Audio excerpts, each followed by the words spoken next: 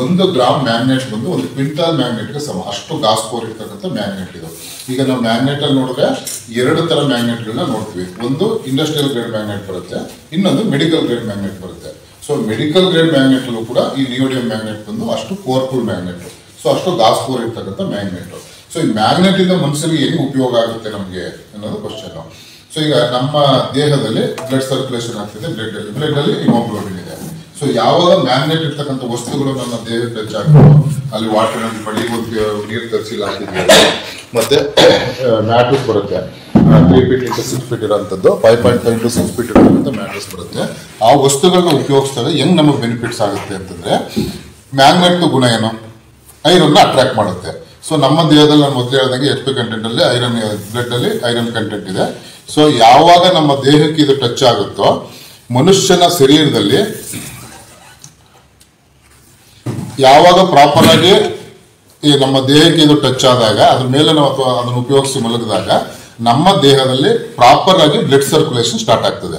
So ಯಾವಾಗ proper blood circulation start ಆಗ್ತದೋ, ಜೊತೆಗೆ 20% oxygen supply ಆಗಕ್ಕೆ ಸ್ಟಾರ್ಟ್ ಆಗ್ತದೆ. ಅಂದ್ರೆ ಈಗ ಒಬ್ಬ ಮನುಷ್ಯನಿಗೆ 100 ml ಬ್ಲಡ್ ಸರ್ಕ್ಯುಲೇಷನ್ ಆಗ್ಬೇಕಾದ್ರೆ 20% ಆಕ್ಸಿಜನ್ ಸಪ್ಲೈ ಆಗಬೇಕು ದೇಹಕ್ಕೆ. ಸೊ ಯಾವಾಗ 100 ml ಬ್ಲಡ್ ಜೊತೆಗೆ 20% ಆಕ್ಸಿಜನ್ ಸಪ್ಲೈ ಆಗ್ತಾ ಬರುತ್ತೋ, ಪ್ರತಿ ಸೆಲ್ಸ್ ನ ಕೂಡ ರಿಪೇರ್ ಮಾಡುತ್ತೆ ಮನುಷ್ಯನ ದೇಹದಲ್ಲಿ. ಈಗ ಫಾರ್ ಎಕ್ಸಾಂಪಲ್ ಏನೇ ಸಮಸ್ಯೆಗಳು ಬರಬೇಕಾದ್ರೂ ಕೂಡ ನಮ್ಮ ದೇಹದಲ್ಲಿ ಟ್ರಿಲಿಯನ್ ಗಟ್ಟಲೆ ಸೆಲ್ಸ್ ಇದೆ. ಒಂದೊಂದೇ ಸೆಲ್ಸ್ ಹಾಳಾಗೋದ್ರಿಂದ ನಮಗೆ ಪ್ರಾಬ್ಲಮ್ಸ್ಗಳು, ಇಲ್ನೆಸ್ ಕಡೆ ಹೋಗೋದನ್ನ ನಾವು ನೋಡ್ತೀವಿ. ಸೊ ಈ ಪ್ರಾಡಕ್ಟ್ ನಾವು ಉಪಯೋಗಿಸೋದ್ರಿಂದ ಡ್ಯಾಮೇಜ್ ಆಗಿರ್ತಕ್ಕಂಥ ಸೆಲ್ಸ್ ಗಳನ್ನ ರಿಪೇರ್ ಮಾಡುತ್ತೆ, ಡೆಡ್ ಸೆಲ್ಸ್ ಗಳನ್ನ, ಟಾಕ್ಸಿನ್ಸ್ ನ ಆಚೆ ಆಗ್ತಾ ಬರುತ್ತೆ, ಮತ್ತೆ ಸೆಲ್ಸ್ ಅನ್ನ ಚೆನ್ನಾಗಿ ಕಾಪಾಡ್ತಾ ಬರುತ್ತೆ. ಯಾವಾಗ ಸೆಲ್ಸ್ ಚೆನ್ನಾಗಾಗುತ್ತೋ ಟಿಶ್ಯೂಸ್ ಚೆನ್ನಾಗುತ್ತೆ, ಟಿಶ್ಯೂಸ್ ಚೆನ್ನಾಗಾದ್ಮೇಲೆ ಪರ್ಟಿಕ್ಯುಲರ್ ಆರ್ಗನ್ಸ್ ಚೆನ್ನಾಗಾಗ್ತದೆ. ಸೊ ಎಲ್ಲಾ ಸಮಸ್ಯೆಗಳಿಂದ ನಾವು ಈಚೆ ಬರ್ಬೋದು. ಸೆಲ್ಸ್ ಒಂದು ಸರಿ ಆಗ್ತಾ ಇದೆ ಅಂದ್ರೆ ಆಲ್ಮೋಸ್ಟ್ ಅಲ್ಲಿ ಎಲ್ಲಾನು ಸರಿ ಆದಂಗೆ. ಸೊ ಇದ್ರಲ್ಲಿ ನಾವು ಇಷ್ಟೆಲ್ಲ ಜನರಲ್ ಆಗಿ ನಾವು ಡಿಸ್ಕಸ್ ಮಾಡಿ ಸೆಲ್ಸ್ ಸರಿ ಆದ್ರೆ ಎಲ್ಲ ಸರಿ ಆಗ್ಬಿಡುತ್ತೆ ಅಂತ ನಾವು ಅಂದ್ಕೊಂಡಿದ್ರು. ನಾವು ಯಾರಾದ್ರೂ ಬೇರೆಯವ್ರಿಗೆ ಹೇಳಿದಾಗ ಹಲವಾರು ತರ ಡಿಸೀಸ್ ಬಗ್ಗೆ ನಮಗೆ ಡಿಸ್ಕಸ್ ಮಾಡ್ತಾರೆ. ಈಗ ಫಾರ್ ಎಕ್ಸಾಂಪಲ್ ನನಗೆ ಜಾಯಿಂಟ್ ಪೇನ್ ಇದೆ, ನನಗೆ ಡಯಾಬಿಟಿಕ್ ಇದೆ, ಮತ್ತೆ ನನಗೇನು ವೆರಿಕೋಸ್ ವೈನ್ ಇದೆ, ಅಥವಾ ಯಾರಿಗೂ ಮೈಗ್ರೇನ್ ಇದೆ, ಈ ತರ ಡಿಫ್ರೆಂಟ್ ಪ್ರಾಬ್ಲಮ್ಗಳು. ಕೆಲವರಿಗೆ ನಿದ್ದೆ ಬರಲ್ಲ, ರಾತ್ರಿ ಟೈಮ್ ಗೊರಕೆ ಹೊಡಿತಾರೆ, ಈ ತರ ನಾನಾ ತರ ಸಮಸ್ಯೆಗಳನ್ನ ನಾವು ನೋಡ್ತೀವಿ. 1-2 ಎಕ್ಸಾಂಪಲ್ ನ ಹೇಳ್ತೀನಿ ನಾನು. ಈಗ ಡಯಾಬಿಟಿಕ್ ಅಂದ್ರೆ ಆಲ್ಮೋಸ್ಟ್ ನಮ್ಮ ಇಂಡಿಯಾದಲ್ಲಿ ತುಂಬಾ ಜನ ನಾವು ಡಯಾಬಿಟಿಕ್ ಅವ್ರನ್ನ ನೋಡ್ತೀವಿ. ಡಯಾಬಿಟಿಕ್ ಅನ್ನೋಂಥದ್ದು ಏನು, ನಾವ್ ಏನ್ ಆಹಾರ ತಿಂತೀವಿ, ಆಹಾರದಲ್ಲಿ ಗ್ಲೂಕೋಸ್ ಅಂಶ ಬರುತ್ತೆ, ಅದನ್ನ ಗ್ಲೈಕೋಜನ್ ಆಗಿ ಶಕ್ತಿಯಾಗಿ ಪರಿವರ್ತನೆ ಮಾಡ್ತಕ್ಕಂಥದ್ದು ನಮ್ಮ ಪ್ಯಾನ್ಕ್ರಿಯಾಸ್. ಸೊ ಅದನ್ನ ಮೇದೋಜೀರಕ ಗ್ರಂಥಿ ಅಂತೀವಿ ನಾವು. ಸರಿಯಾದ ರೀತಿ ಅದು ಕೆಲಸ ಮಾಡದೇನೆ ಜಾಸ್ತಿ ಗ್ಲೂಕೋಸ್ ನ ಉತ್ಪಾದನೆ ಮಾಡಿದ್ರೆ ಹೈ ಶುಗರ್ ಅನ್ಕೊಂತೀವಿ, ಕಡಿಮೆ ಗ್ಲೂಕೋಸ್ ನ ಉತ್ಪಾದನೆ ಮಾಡಿದ್ರೆ ಲೋ ಶುಗರ್ ಅನ್ಕೊಂತೀವಿ. ಬರೀ ಸ್ವೀಟ್ ತಿಂದ ತಕ್ಷಣ ಶುಗರ್ ಆಗುತ್ತೆ ಅಂತಲ್ಲ, ನಾವು ಏನೇ ಆಹಾರ ತಿಂದ್ರು ಕೂಡ ಗ್ಲೂಕೋಸ್ ಗ್ಲೈಕೋಜನ್ ಆಗಿ ಶಕ್ತಿಯಾಗಿ ಪರಿವರ್ತನೆ ಆಗುತ್ತೆ ನಮ್ಮ ದೇಹದಲ್ಲಿ. ಸೊ ಅದೆಲ್ಲ ಸಮಸ್ಯೆಗಳು ಸ್ಟಾರ್ಟ್ ಆದಾಗ ನಮ್ಮ ಸಿಂಪ್ಟಮ್ಸ್ ಹೆಂಗ್ ಗೊತ್ತಾಗ್ತದೆ, ಕಾಲು ಉರಿ ಬರುತ್ತೆ, ಬಾಯಲ್ಲಿ ನೀರು ಬರಲ್ಲ, ಜಾಸ್ತಿ ತಿಂದ್ರು ಆಗಲ್ಲ, ಕಡಿಮೆ ತಿಂದ್ರು ಆಗಲ್ಲ, ಏನಾದ್ರು ಕೆಲಸ ಮಾಡ್ಬೇಕು ಅಂದ್ರೆ ನಮ್ಮ ಬಾಡಿ ಸಪೋರ್ಟ್ ಮಾಡಲ್ಲ, ಲೇಜಿನೆಸ್ ಸ್ಟಾರ್ಟ್ ಆಗ್ತದೆ. ಆವಾಗ ನಾವು ಆಲೋಪತಿ ಡಾಕ್ಟರ್ ಹತ್ರ ಹೋಗ್ತೀವಿ. ಸೊ ಅಲ್ಲಿ ಚೆಕ್ ಮಾಡಿದಾಗ ಇವಾಗ ಡಯಾಬಿಟಿಕ್ ಸ್ಟಾರ್ಟ್ ಆಗಿದೆ ಅಂತ ಹೇಳಿ ನಮಗೆ 1 mg ಲೆವೆಲ್ ಟ್ಯಾಬ್ಲೆಟ್ಸ್ ಇಂದ ಶುರು ಮಾಡ್ತಾರೆ. ಅಂದ್ರೆ ಇನ್ಸುಲಿನ್ ಅನ್ನು ನಾವು ಇಂಜೆಕ್ಷನ್ ರೂಪದಲ್ಲಿ ತಗೋತೀವಿ ಅಥವಾ ಟ್ಯಾಬ್ಲೆಟ್ಸ್ ರೂಪದಲ್ಲಿ ತಗೊಳಕ್ ಸ್ಟಾರ್ಟ್ ಮಾಡ್ತೀವಿ. ಯಾವಾಗ ನಮ್ಮ ದೇಹಕ್ಕೆ ಸಿಂಥೆಟಿಕ್ ಬೇಸು ಮತ್ತೆ ಕೆಮಿಕಲ್ ಬೇಸ್ ಇರ್ತಕ್ಕಂಥದ್ದು ಆಲೋಪತಿನ ಕೊಡಕ್ ಸ್ಟಾರ್ಟ್ ಮಾಡ್ತೀವೋ, ನಮ್ಮ ದೇಹ ಒಂದು 5 ವರ್ಷ 10 ವರ್ಷದಲ್ಲಿ ಕಂಪ್ಲೀಟ್ ಇನ್ಸುಲಿನ್ ಯುಟಿಲೈಸ್ ಮಾಡ್ತಕ್ಕಂಥ ಎಬಿಲಿಟಿನ ನಮ್ಮ ಪ್ಯಾನ್ಕ್ರಿಯಾಸ್ ಕಳ್ಕೊಂಡ್ಬಿಡುತ್ತೆ. ಸೊ ಆವಾಗ ನಮ್ಗೆ ಏನಾಗ್ತದೆ ಅಂತಂದ್ರೆ, ನೀವು ಯಾರು 10 ವರ್ಷ 20 ವರ್ಷ ಡಯಾಬಿಟಿಕ್ ಇರೋರ್ನ ಮಾತಾಡ್ಸಿದ್ರೆ ಸ್ವಲ್ಪ ಅವ್ರ ಲೈಫ್ ಸ್ಟೈಲ್ ಕರೆಕ್ಟ್ ಆಗಿ ಮೇಂಟೈನ್ ಮಾಡಿಲ್ಲ ಅಂದ್ರೆ ಅವ್ರಿಗೆ ಒಂದು ಕಣ್ಣೊಂದು ದೃಷ್ಟಿ ಹಾಳಾಗ್ತಾ ಬಂದಿರುತ್ತೆ. ಹಾರ್ಟ್ ರಿಲೇಟೆಡ್ ಪ್ರಾಬ್ಲಮ್ ಅಂದ್ರೆ ದಿಢೀರಂತ ಡಯಾಬಿಟಿಕ್ ಅಲ್ಲಿ ಕಾರ್ಡಿಯೋ ಅರೆಸ್ಟ್ ಆಗುತ್ತೆ. ಬೇರೆಯವ್ರಿಗೆ ಎಲ್ರಿಗೂ ಚೆಸ್ಟ್ ಪೇನ್ ಬರುತ್ತೆ, ಬೆವರು ಬರುತ್ತೆ, ಸುಸ್ತಾಗುತ್ತೆ, ಎಲ್ಲಾ ತರ ಬೇರೆ ಪ್ರಾಬ್ಲಮ್ಸ್ ಇದ್ದವ್ರಿಗೂ ಗೊತ್ತಾಗ್ತದೆ. ಬಟ್ ಡಯಾಬಿಟಿಕ್ ಅಲ್ಲಿ ಚಾನ್ಸಸ್ ಕಡಿಮೆ, ದಿಢೀರಂತ ಕಾರ್ಡಿಯೋ ಅರೆಸ್ಟ್ ಆಗುತ್ತೆ ನಾವು ನೋಡ್ತೀವಿ. ನೆಪ್ರೋಪತಿ ಪ್ರಾಬ್ಲಮ್ಗಳನ್ನ ನೋಡ್ತೀವಿ, ಕಿಡ್ನಿಗೆ ಸಂಬಂಧಪಟ್ಟಂತ ಪ್ರಾಬ್ಲಮ್ಸ್ಗಳನ್ನ ನೋಡ್ತೀವಿ, ಸಣ್ಣ ಪುಟ್ಟ ಗಾಯ ಆದ್ರೆ ಗ್ಯಾಂಗ್ರೀನ್ ಆಗೋದನ್ನೆಲ್ಲ ನೋಡ್ತೀವಿ ನಾವು. ಸೊ ಇಷ್ಟೆಲ್ಲ ಸಮಸ್ಯೆಗಳು ಎಲ್ಲಿಂದ ಶುರುವಾಯಿತು, ನಮ್ಮ ಪ್ಯಾನ್ಕ್ರಿಯಾಸ್ ಅಲ್ಲಿ ಬೀಟಾ ಸೆಲ್ಸ್ ಇದೆ, ಕರೆಕ್ಟ್ ಅಲ್ವಾ? ಯಾವಾಗ ನಾವು ತಿಂತಕ್ಕಂಥ ಆಹಾರ ಸರಿ ಇಲ್ದೇನೆ ಬೀಟಾ ಸೆಲ್ಸ್ ಇನ್ಆಕ್ಟಿವ್ ಆಗ್ತಾ ಬರುತ್ತೋ ನೇಚರ್ ಅಲ್ಲಿ, ಸೊ ಆವಾಗ ಏನಾಗ್ತಾ ಬರುತ್ತೆ, ನಮ್ಮ ಪ್ಯಾನ್ಕ್ರಿಯಾಸ್ ವರ್ಕ್ ಮಾಡೋದನ್ನ ಕಡಿಮೆ ಆಗ್ತದೆ, ಬ್ಲಡ್ ಅಲ್ಲಿ ಗ್ಲೂಕೋಸ್ ನ ಕಳ್ಸಕ್ ಸ್ಟಾರ್ಟ್ ಮಾಡ್ಬಿಡುತ್ತೆ. ನಾನು ಮೊದಲೇ ಈ ಪ್ರಾಡಕ್ಟ್ ಬಗ್ಗೆ ಹೇಳ್ಬೇಕಾದ್ರೆ ಏನ್ ಹೇಳಿದೆ, ಈ ಪ್ರಾಡಕ್ಟ್ ಪ್ರಾಪರ್ ಆಕ್ಸಿಜನ್ ನ ಸಪ್ಲೈ ಮಾಡುತ್ತೆ ಇದಕ್ಕೆ, ದೇಹಕ್ಕೆ ಬ್ಲಡ್ ಸರ್ಕ್ಯುಲೇಷನ್ ಚೆನ್ನಾಗಾಗುತ್ತೆ ಅಂತ ಹೇಳಿದೆ. ಸೊ ಯಾವಾಗ ಪ್ರಾಪರ್ 100 ml ಬ್ಲಡ್ ಸರ್ಕ್ಯುಲೇಷನ್ ಆಗ್ಬೇಕಾದ್ರೆ 20% ಆಕ್ಸಿಜನ್ ಸಪ್ಲೈ ಆಗಕ್ಕೆ ಸ್ಟಾರ್ಟ್ ಆಗ್ತದೋ, ಪ್ರತಿ ಸೆಲ್ಸ್ ಆಕ್ಟಿವ್ ಆಗುತ್ತೆ. ಪ್ರತಿ ಸೆಲ್ಸ್ ಆಕ್ಟಿವ್ ಆಗ್ತಿರ್ಬೇಕಾದ್ರೆ ನಮ್ಮ ಪ್ಯಾನ್ಕ್ರಿಯಾಸ್ ಸೆಲ್ಸ್ ಕೂಡ ಆಕ್ಟಿವ್ ಆಗುತ್ತೆ. ಮತ್ತೆ ಇದು ಒಬ್ಬ ಡಯಾಬಿಟಿಕ್ ಪೇಷಂಟ್ ಒಂದು ಅಂದಾಜಲ್ಲಿ ತಗೊಳ್ಳೋದು ಬೇಡ ಇದನ್ನ. ಈಗ ಸಪೋಸ್ ನಾವು ಯಾರೇ ಡಯಾಬಿಟಿಕ್ ಇರೋಂಥವ್ರು PPBS FPBS ಮಾಡಿಸ್ತೀವಿ, ಬಿಫೋರ್ ಫುಡ್ ಆಫ್ಟರ್ ಫುಡ್ ಎಷ್ಟಿದೆ ಅಂತ ನೋಡಿರ್ತೀವಿ, ಒಂದು ಅಪ್ರಾಕ್ಸಿಮೇಟ್ ರಿಸಲ್ಟ್ ನ ಚೆಕ್ ಮಾಡ್ತೀವಿ. ಇನ್ನೂ ಕ್ಲಾರಿಟಿ ಬೇಕು ನಮಗೆ ಅಂದ್ರೆ HbA1c ಚೆಕ್ ಮಾಡ್ತೀವಿ ನಾವು. ಸೊ ಅದನ್ನ ಚೆಕ್ ಮಾಡಿಸಿದಾಗ 6 ತಿಂಗಳು ನನ್ನ ದೇಹದಲ್ಲಿ ರ್ಯಾಂಡಮ್ ಆಗಿ ಶುಗರ್ ಏನ್ ವೇರಿಯೇಷನ್ ಆಗಿದೆ ಅಂತ ಗೊತ್ತಾಗ್ತದೆ ನಮಗೆ. ಸೊ ಈ ಪ್ರಾಡಕ್ಟ್ ಉಪಯೋಗಿಸೋಕೆ ಮುಂಚೆ ಯಾರಾದ್ರೂ ಒಂದು 2-3 ಜನ ಎಷ್ಟು ಪವರ್ಫುಲ್ ಆಗಿ ವರ್ಕ್ ಆಗ್ತದೆ ಅಂತ ಗೊತ್ತಾಗಬೇಕು ಅಂದ್ರೆ ಒಂದು ರಿಪೋರ್ಟ್ ಟೆಸ್ಟ್ ಮಾಡಿಸಿ, ಆಮೇಲೆ ಈ ಪ್ರಾಡಕ್ಟ್ ನ ಉಪಯೋಗಿಸಿ 4 ತಿಂಗಳು 5 ತಿಂಗಳು 6 ತಿಂಗಳು ಆದ್ಮೇಲೆ ಮತ್ತೆ HbA1c ಚೆಕ್ ಮಾಡಿಸಿ ಇದೇನ್ ಕೆಲಸ ಮಾಡುತ್ತೆ ಅಂತ ಗೊತ್ತಾಗ್ಬಿಡುತ್ತೆ. ಅಂತ ಒಂದು ಒಳ್ಳೆ ಪವರ್ಫುಲ್ ಪ್ರಾಡಕ್ಟ್. ಸೊ ಇದು ಒಂದು ಸಮಸ್ಯೆಗೆ ಅಂತಲ್ಲ, ಪ್ರತಿಯೊಬ್ರು ಇದನ್ನು ಉಪಯೋಗಿಸ್ಕೊಂಡ್ರೆ ಆರೋಗ್ಯವಾಗಿರೋರು 99% ಅಟ್ಲೀಸ್ಟ್ ಸೆಲ್ಸ್ ಡ್ಯಾಮೇಜ್ ಆದಂಗೆ ಸೇಫ್ ಮಾಡ್ಕೊಂಡ್ರೆ ರೋಗಕ್ಕೆ ಹೋದಂಗೆ ನಮ್ಮನ್ನು ನಾವು ತಡಿಬಹುದು.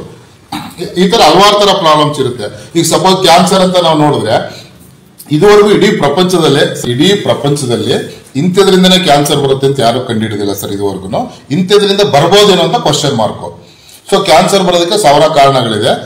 ಫಾರ್ ಎಕ್ಸಾಂಪಲ್ ಲಾಸ್ಟ್ ಟೈಮ್ ನಮ್ಮ WHO ಯುನೆಸ್ಕೋ ರಿಪೋರ್ಟ್ಗಳಿಂದ ನಾವು ನೋಡಿದ್ರೆ ಇಂಡಿಯನ್ಸ್ ಇಡ್ಲಿ ದೋಸೆ ಎಲ್ಲ ತಿನ್ನೋದ್ರಿಂದ ಅವ್ರ ಡೈಜೆಸ್ಟ್ ಸಿಸ್ಟಮ್ ತುಂಬಾ ಸ್ಟ್ರಾಂಗ್ ಆಗಿ ಕೆಲಸ ಮಾಡುತ್ತೆ, ತುಂಬಾ ಹೆಲ್ತಿ ಆಗಿರ್ತಾರೆ ಅಂತ ರಿಪೋರ್ಟ್ ಕೊಡೋರು. ಇವಾಗ ಅದೇ WHO ಯುನೆಸ್ಕೋ ಹೇಳ್ತಾರೆ ಇಂಡಿಯಾದಲ್ಲಿ ಇಡ್ಲಿ ತಿನ್ನೋದ್ರಿಂದನೂ ಕ್ಯಾನ್ಸರ್ ಬರ್ಬೋದು ಅಂತ. ಬಟ್ ಕಾರಣ ಏನು ಅಂದ್ರೆ ಹಿಂದೆ ನಾವೇನ್ ಮಾಡ್ತಾ ಇದ್ವಿ, ಇಡ್ಲಿ ಬೇಯಿಸ್ಬೇಕಾದ್ರೆ ಮರದ ಚಿಬ್ಲಲ್ಲಿ ಬೇಯಿಸ್ತಾ ಇದ್ವಿ. ಕಾಲಕ್ರಮೇಣ ಮಂಗಳೂರು ಆ ಭಾಗದಲ್ಲ ಹಲಸಿನೆಲೆಲ್ಲ ಇಡ್ಲಿ ಬೇಯಿಸೋಂಥದ್ದು ಈಗಲೂ ಇದೆ ಅನ್ಸುತ್ತೆ ಕೆಲವರು. ಇದರಲ್ಲಿ ಒಳ್ಳೆ ಅಭ್ಯಾಸ ಆ ತರ ಇದ್ರೆ. ಅದಾದ್ಮೇಲೆ ಸಿಲ್ವರ್ ಪಾತ್ರೆಯಲ್ಲಿ ಕಾಟನ್ ಬಟ್ಟೆ ಹಾಕಿ ಮಾಡೋರು.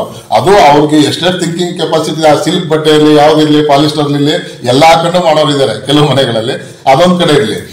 ಅದಾದ್ಮೇಲೆ ನೆಕ್ಸ್ಟ್ ಯಾವುದೇ ದೊಡ್ಡ ಫಂಕ್ಷನ್ಗಳು ಮದುವೆ ಮನೆಗಳಲ್ಲಿ ನಾವು ಕುಕಿಂಗ್ ಕಾಂಟ್ರಾಕ್ಟ್ಗಳನ್ನ ಕೊಟ್ಟರೆ ದೊಡ್ಡ ಹೋಟ್ಲುಗಳಲ್ಲಿ ಪಾತ್ರೆ ಮೇಲೆ ಪ್ಲಾಸ್ಟಿಕ್ ಪೇಪರ್ ಹಾಕಿ ಅದಕ್ಕೆ ಎಣ್ಣೆ ಸವರ್ಬಿಟ್ಟು ಅದ್ರ ಮೇಲೆ ಸಂಪಣ ಹಾಕ್ತಾರೆ.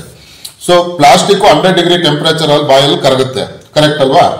ಸೊ ಆ ಕರಗಿರ್ತಕ್ಕಂಥದ್ದು ಇಡ್ಲಿಗೆ ಸ್ವಲ್ಪ ಅಂಟ್ಕೊಂಡಿರುತ್ತೆ, ಒಂದೆಲ್ಲೋ ಒಂದು ಕಣ ಅಂಟ್ಕೊಂಡಿರುತ್ತೆ ಅಂತ ಅನ್ಕೊಳ್ಳೋಣ. ಈಗ ನಾವೆಲ್ಲರೂ ಹೊರಗಡೆ ಬಂದಿದ್ವಿ ಬೆಳಗಿನ ಟೈಮು, ಏನಾದ್ರೂ ತಿಂಡಿ ತಿನ್ಬೇಕು, ಹಸುವಾಗ್ತಾ ಇದೆ, ಒಂದ್ ಒಳ್ಳೆ ಹೋಟ್ಲ್ ಹತ್ರ ಬರ್ತೀವಿ, ಏನಿದೆ ಅಂದ್ರೆ ಬಿಸಿ ಇಡ್ಲಿ ಇದೆ ಅಂತಂತಾರೆ ಅವರು. ಆಯ್ತು ಕೊಡಿ ಅಂತ ಹೇಳ್ತೀವಿ, ನಾವು ತಿಂತೀವಿ. ತಪ್ಪು ಮಾಡಿರೋರು ಯಾರು? ಹೋಟ್ಲವರು.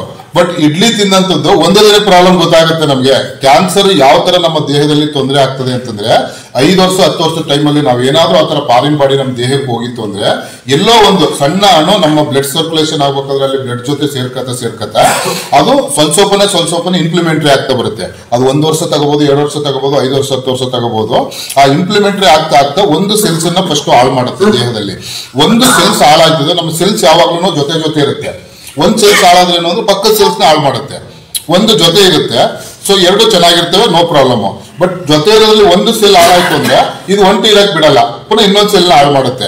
ಈ ತರ ಸೆಲ್ ಹಾಳಾಗ್ತಾ ಇರ್ತಕ್ಕಂಥ ಸೆಲ್ಗಳೆಲ್ಲ ಸೇರಿ ಚೆನ್ನಾಗಿರ್ತಕ್ಕಂಥ ಸೆಲ್ ಅಲ್ಲಿ ನಾರ್ಮಲ್ ಸೆಲ್ಸ್ ಏನಿರುತ್ತೋ ಅದನ್ನ ಗ್ರೌತ್ ಸೆಲ್ಸ್ ಮಾಡುತ್ತೆ. ಆ ಗ್ರೌತ್ ಸೆಲ್ಸ್ ಇರ್ತಕ್ಕಂಥದ್ದನ್ನ ಟ್ಯೂಮರ್ ಸೆಲ್ಸ್ ಮಾಡುತ್ತೆ. ಟ್ಯೂಮರ್ ಸೆಲ್ಸ್ ಬಂದು ಮೆಟಾಸೈಸ್ ಆಗೋಗುತ್ತೆ. ಆವಾಗ ನಮ್ಗೆ ಏನೋ ಸ್ವಲ್ಪ ಪ್ರಾಬ್ಲಮ್ ಆಗ್ತಿದೆ ದೇಹದಲ್ಲಿ ಅಂತ ಚೆಕ್ ಮಾಡಿಸಿದ್ರೆ ಬ್ಲಡ್ ಅಲ್ಲಿ ಇದ್ರೆ ಬ್ಲಡ್ ಕ್ಯಾನ್ಸರ್ ಅನ್ಕೋತೀವಿ, ಬ್ರೈನ್ ಅಲ್ಲಿ ಇದ್ರೆ ಟ್ಯೂಮರ್ ಅನ್ಕೋತೀವಿ, ಜಾಯಿಂಟ್ ಅಥವಾ ಇನ್ಯಾವುದೋ ಇದ್ರೆ ಮೂಳೆನಲ್ಲಿ ಇದ್ರೆ ಬೋನ್ ಕ್ಯಾನ್ಸರ್, ಈ ತರ ಡಿಫ್ರೆಂಟ್ ಟೈಪ್ಸ್ ನಾವು ಹೇಳ್ಕೊತೀವಿ. ಬಟ್ ಈ ಎಲ್ಲಾ ಸಮಸ್ಯೆ ಎಲ್ಲಿಂದ ಶುರುವಾಯ್ತು? ಯಾವುದೋ ಫಾರಿನ್ ಬಾಡಿ ನನ್ನ ದೇಹಕ್ಕೆ ಬಂದಿದೆ, ಸೊ ಅದು ಟಾಕ್ಸಿನ್ಸ್ ಅಕ್ಯುಮುಲೇಟ್ ಆಗ್ತಾ ಇಂಪ್ಲಿಮೆಂಟ್ರಿ ನನ್ನ ದೇಹದಲ್ಲಿ ಸ್ಟಾರ್ಟ್ ಆಯ್ತು, ಒಂದೊಂದೇ ಸೆಲ್ಸ್ ಹಾಳಾಯ್ತಾ ಬಂತು. ಸೊ ಈ ಪ್ರಾಡಕ್ಟ್ ಏನ್ ಕೆಲಸ ಮಾಡುತ್ತೆ ಅಂತ ಹೇಳಿದೆ ನಾನು, ಬಾಡಿಗೆ ಪ್ರಾಪರ್ ಬ್ಲಡ್ ಸರ್ಕ್ಯುಲೇಷನ್ ಸಪ್ಲೈ ಮಾಡುತ್ತೆ, ಪ್ರಾಪರ್ ಆಕ್ಸಿಜನ್ ಸಪ್ಲೈ ಆಗುತ್ತೆ. ಯಾವಾಗ ಆಕ್ಸಿಜನ್ ಬ್ಲಡ್ ಪ್ರಾಪರ್ ಸಪ್ಲೈ ಆಗುತ್ತೋ ಆ ಟಾಕ್ಸಿನ್ಸ್ ಇದು ಆಚೆ ಆಗುತ್ತೆ. ಹಂಗಾಗಿ ಒಬ್ಬ ಮನುಷ್ಯನಿಗೆ ಅಟ್ಲೀಸ್ಟ್ ಆ ಒಂದು ಏನ್ ತೊಂದರೆ ಆಗ್ತದೆ ಅದರಿಂದ ಕೂಡ ಈಚೆ ಬರೋದಕ್ಕೆ ಪ್ರಾಡಕ್ಟ್ ಹೆಲ್ಪ್ ಆಗ್ತದೆ. ಇದ್ರ ಬಗ್ಗೆ ತುಂಬಾ ಕ್ಲಿನಿಕಲ್ ಸ್ಟಡೀಸ್ ಡಾಕ್ಯುಮೆಂಟ್ಸ್ ಇದೆ. 1000ಕ್ಕಿಂತ ಹೆಚ್ಚೊಂದು ರಿಸರ್ಚ್ ಬುಕ್ಗಳಿದೆ ನಿಯೋಡಿಯಂ ಮ್ಯಾಗ್ನೆಟ್ ಇವ್ರು ಮಾಡೋ ಅಂಥದ್ರಲ್ಲಿ. ಇಂಡಿಯಾದಲ್ಲಿ 100 ಜನ ಸೈಂಟಿಸ್ಟ್ಗಳು ಉಪಯೋಗಿಸ್ತಾರೆ. ಪೊಲಿಟಿಕಲ್ ಅಲ್ಲಿ ನೋಡಿದ್ರೆ ನೀವು ಸೆಂಟ್ರಲ್ ಅಲ್ಲಿ ಆಲ್ಮೋಸ್ಟ್ ಚೀಫ್ ಮಿನಿಸ್ಟರ್ಗಳಿಂದ ಹಿಡಿದು ಪ್ರತಿಯೊಬ್ಬರು ಉಪಯೋಗಿಸ್ತಾರೆ. ಅದೆಲ್ಲ ಡೀಟೇಲ್ಸ್ಗಳು ಸಿಗುತ್ತೆ, ನಾವು ಫಾರ್ವರ್ಡ್ ಮಾಡ್ತೀವಿ. ಯೂಟ್ಯೂಬ್ ಅಲ್ಲಿ ನೋಡಿದ್ರೆ 100,000 ಟೆಸ್ಟಿಮೋನಿಸ್ಗಳು ಕೂಡ ನಿಮಗೆ ಸಿಗುತ್ತೆ.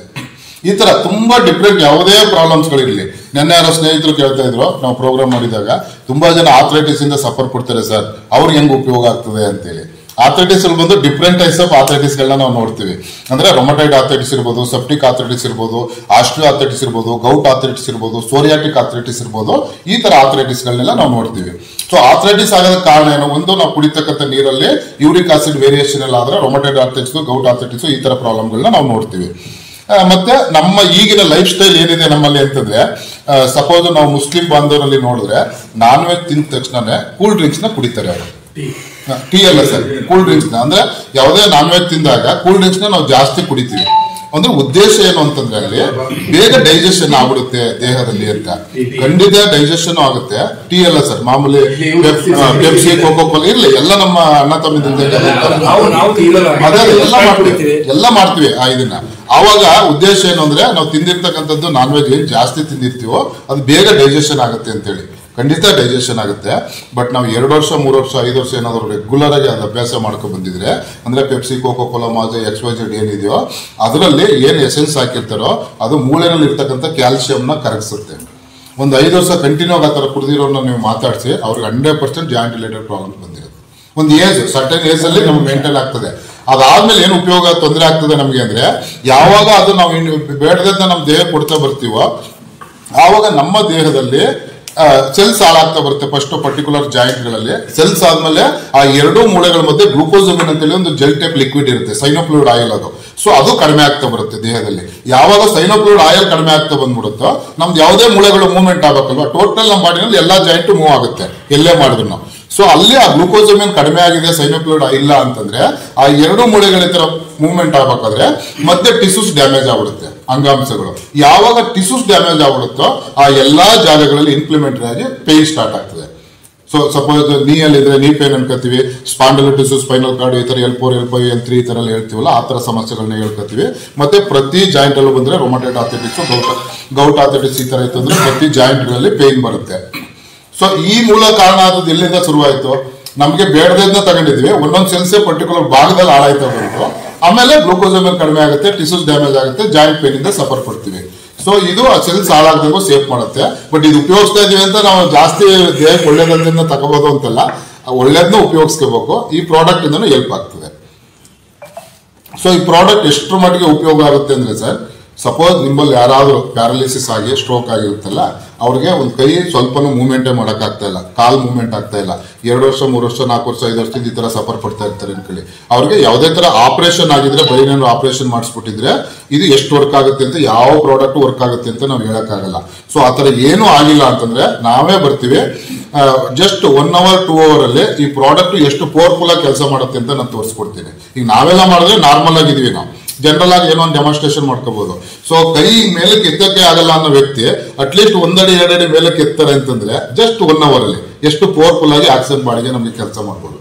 ಎಷ್ಟು ಮಟ್ಟಿಗೆ ಕೆಲಸ ಮಾಡುತ್ತೆ ಪ್ರಾಡಕ್ಟ್ ಅಂದ್ರೆ, ಈಗ ಶಬ್ದದ ವೇಗ ಎಷ್ಟು ಫಾಸ್ಟ್ ಇದೆ, ಬೆಳಕಿನ ವೇಗ ಎಷ್ಟು ಫಾಸ್ಟ್ ಇದೆಯೋ, ಸ್ವಿಚ್ ಆನ್ ಮಾಡಿದ ತಕ್ಷಣ ಲೈಟ್ ಎಷ್ಟು ಫಾಸ್ಟ್ ಆಗತ್ತೋ, ಅದೇ ತರ ಮ್ಯಾಗ್ನೆಟ್ ಇರ್ತಕ್ಕಂಥ ವಸ್ತುಗಳು ನನ್ನ ದೇಹಕ್ಕೆ ಟಚ್ ಆದ್ರೆ ಫ್ರಾಕ್ಷನ್ ಆಫ್ ಸೆಕೆಂಡ್ ಅಲ್ಲಿ ನನ್ನ ದೇಹದಲ್ಲಿ ಬ್ಲಡ್ ಸರ್ಕ್ಯುಲೇಷನ್, ಆಕ್ಸಿಜನ್ ಡೆವಲಪ್ಮೆಂಟ್ ಆಗೋದ್ರೆ ಪರ್ಫೆಕ್ಟ್ ಆಗಿ ಸರ್ಕ್ಯುಲೇಷನ್ ಆಗೋದಕ್ಕೆ ಸ್ಟಾರ್ಟ್ ಆಗ್ತದೆ.